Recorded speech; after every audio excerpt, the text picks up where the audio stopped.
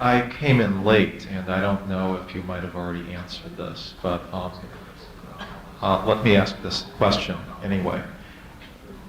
Do you know about Sant Mat or Surat Shad Yoga? Yes, I know. How does that compare with what you're teaching, and what is your impression of that? Maybe similar, just more extensive in my lectures. More extensive, the knowledge and the explanation. So are you saying that you're teaching the same thing then? I think so, yes. Okay. Is this explained more in your books, which I can get? No, it isn't explained in there. Because the method you cannot explain, you can only transmit in silence. So what I explain is only kind of philosophy. So your method of meditation involves inner light and inner sound? Right. Okay. Thank you. But, excuse me, it's more safe too with Master Ching Hai and more powerful. More powerful than the Indian gurus in the line of Shiv Dayal Singh? No, we should not say things like this. Okay. See, we do not try to compare anything, yeah? Because people have different affinities with different masters. If you feel that Sanmat appeals to you, yeah, that is the right path. If you feel I'm more appealing to you, then you have more affinity with me. What is your lineage? Who is your master and your master's master, etc.? It's in the Himalayas. The lineage doesn't come from one person. It comes from God. And it goes through different channels. Is there only one master on earth at one time, in your opinion, or can there be many? Many. Thank you. Because countries are so many. One master cannot satisfy the needs of all people. Also, the physical body has a limit. So when Buddha was alive, there was another master with him. Sometimes there are several, sometimes there are more, depends on the need of the time. But sometimes one master gets so famous that the other master gets into the shadow, or more well established. That's all. For example, like now everybody knows about Buddha because he has been established since 2,600 years ago. Everyone knows about Christ. So everyone else gets under their shadows. So Sanmat has been established over many decades, since Guru Nanak or something, 500 years ago. Of course they are more established and well known, but that doesn't mean that's the only lineage that exists. Otherwise, where did the Buddha get that lineage? And where did all the Chinese masters get it from? And all the Japanese, etc. At this time, there are more masters than usual. At this time. In other times, maybe only 1, 2, or 3. At this time, there are many more. How does one distinguish among different masters? Are there different grades of masters? In the same path or in a different path? Different paths. Ah. How does one decide who is the one? Yeah. Yes. Are you following Sanmat? I was initiated in Buddhism. With whom? Darshan Singh. Oh, yes. Your Master Kirpan Singh will tell you that there are many paths to God, but the path of the light and sound is the safest. Yeah, he didn't say that's the only one. Are you saying that he didn't say that that's the only path? No, he didn't. He said the safest, the quickest, Right, yeah. and the best. Yes. Well, I would say the same too. But he didn't say that's the only one.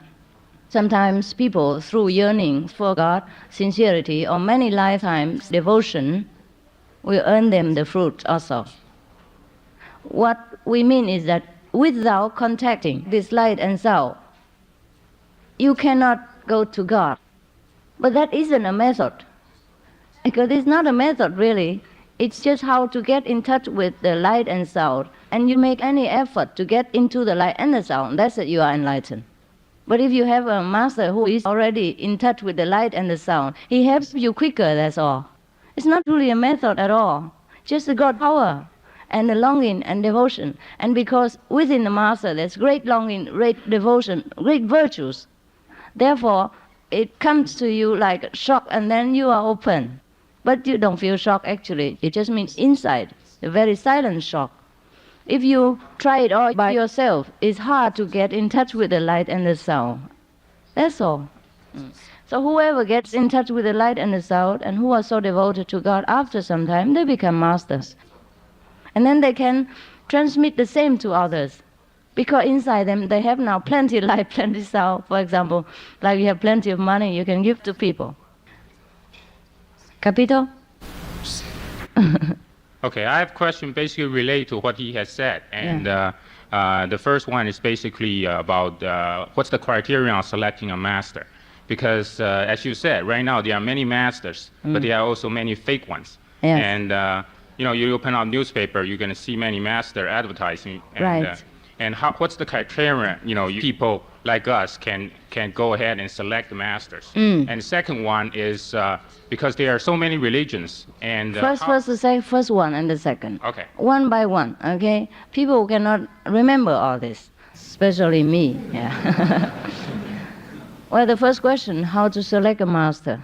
If you are somewhat enlightened, and you know immediately who is talking what.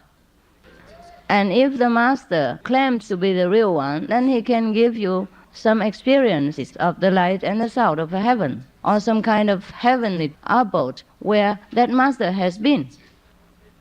Share with you some of his power immediately, and that's what you call a real master.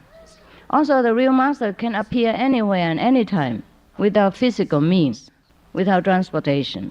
That is also second criterion. But before you come to that, you must select a master according to his or her speech. Does it appeal to you or not? Is it logical or not?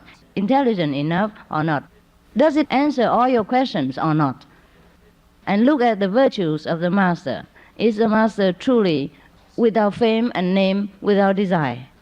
Well, that's the outer. And then the inner is that when you are initiated, then you know whether the master has God power or not.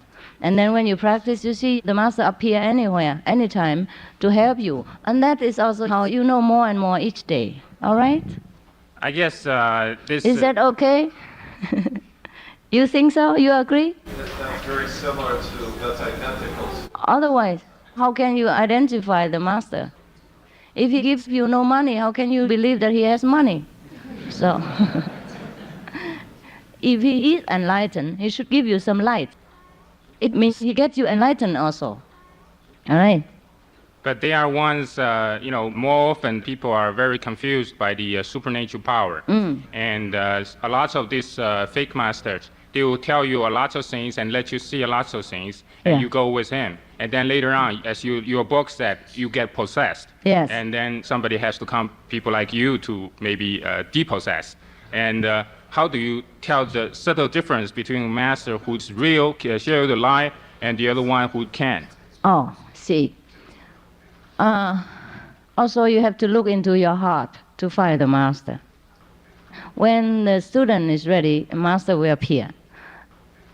It means when your heart is sincere and pure, you will meet a sincere and pure master. So look into your heart to find a master, and not outside phenomena, not the advertisements on the paper. See what you want. Do you want God or do you want phenomena? Do you want God or do you want psychic power? Of course, if we truly want God, we pray. If you are not sure, you pray to God. I do not know you. Please let me know you alone and worship you alone. And don't let other people lead me astray. God surely will hear that. And he will lead you to the good master. Purity and sincerity is the guarantee for you to find a good or a bad master. Don't you agree? The master is in your heart. Okay, now there's the second question. Yeah. Because people have different attachments. Yes. And that's why there are so many sects in Buddhism, as well as there are so many religions outside Buddhism. Right. And how do you advise people to follow some sect like Zen Buddhism, Tantric Buddhism, Pure Land Buddhism, and Tiantai Buddhism, or Christianity? Is there any advice that you can provide people here? I do not advise anyone to follow anything. So many sects is because there are so many masters who appeared in many different periods of time. And then people follow that master and established another sect after he had gone. When he was alive, he didn't establish any sect at all. He would let people believe what they believed and did not interfere with people's background and social status of faith, original faith. Because the master knows all the faiths came from the same source. It's only established after one enlightened master has left the world, and people just form around that personality and make another sect. Yeah? For example, Tian Tai sect is from the master who lived at Tian Tai mountain. Ling Chi sect is named after the master Ling Chi. That's all there is. But after the master is gone, whatever sect is of no use. The most important is to get enlightened. Through any master at all, whether he is Muslim, Christian, or Buddhist, or Tian Tai, or Xingong, yeah, you don't care. Because the master will teach you the same thing with your original sect anyhow. But you only know this after enlightenment. Or maybe you are a little bit enlightened somewhat, and then you understand the impact. And later you follow that master's teaching, and you will know everything yourself. And you will understand there is no difference between sects and religions. Thank you. Can you talk about meditation? I don't know very much about it. Like, what do you think about when you're meditating, or What do I think about? yeah, or what are you doing? You know, All why right. are you enlightened? All right. Meditation is a kind of listening to God's advice, God's instruction. Now, why do we meditate? It's just to reserve some time for the inner message. As we keep always asking for something, praying for something, we must also reserve some time to listen. Just like you ask me a question, now you have to be quiet for a while and try to listen to what I say. Is that not true? Now every day we pray to God, oh God, oh Buddha, please give me that, please tell me what to do, please that. And then we go out. Always busy and noisy and talking and never listen.